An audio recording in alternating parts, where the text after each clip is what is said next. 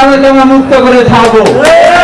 এবং আমাদের অত্যন্ত প্রিয় জাহিদুল দীর্ঘদিন ধরে কারাগারে আছেন, তাকে আমরা মুক্ত করবো। সব ছেড়ে বলতে চাই, এই সরকারকে বলতে চাই, অত্যাচার করতে পারেন, আমার মুখ বন্ধ করতে পারেন, হাত কেটে দিতে পারেন, মাথা শরীর রেখে আলাদা করতে পারেন, তোমার মুখ বন্ধ করতে পারবেন না।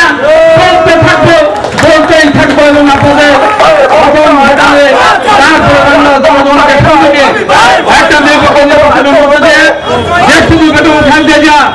এই দেশের রাষ্ট্রপতি রাষ্ট্রপ্রধান হবেন আমাদের নেতা জনাব তারেক রহমান দেশে ফিরে আসবেন। যত চেষ্টায় আওয়ামী লীগ করুক না কেন তারেক রহমানের এই বিজয় ঠেকাতে পারবে না, কারণ উনি প্রতিনিয়ত চেষ্টা করে যাচ্ছেন। প্রধানমন্ত্রী বলেছেন মানুষ ভোট কেন্দ্রে যায় নাই, মানুষ নির্বাচনে অংশগ্রহণ করে নাই। তারেক রহমানের সঠিক নেতৃত্ব আজকে অনেকে বলার চেষ্টা করেন বিজেপি থাকেন, উনি পালিয়ে আছেন, উনি পালিয়ে নেই। উনি যদি দেশে আসতে চান আমি সর্বজন হবে ওনাকে আসতে নিষেধ করবো, কারণ এই অশুভ সরকারের সময় এই অশুভ সরকার যে কোনো ক্ষতি করতে পারে। আমাদের তারেক রহমান পাঁচটা নেই, এই বাংলাদেশের নয় সারা পৃথিবীর নির্যাতিত মানুষের পক্ষে কথা বলা একমাত্র নেতা জনাব তারেক রহমান।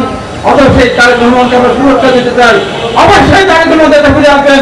সেই পরিবেশ এই বাংলা জনগণ অবশ্যই তৈরি করবে, এই প্রত্যাশা ব্যক্ত করে আপনাদের সবাইকে আরেকবার ধন্যবাদ জানিয়ে আমি আমার বক্তব্য শেষ করছি।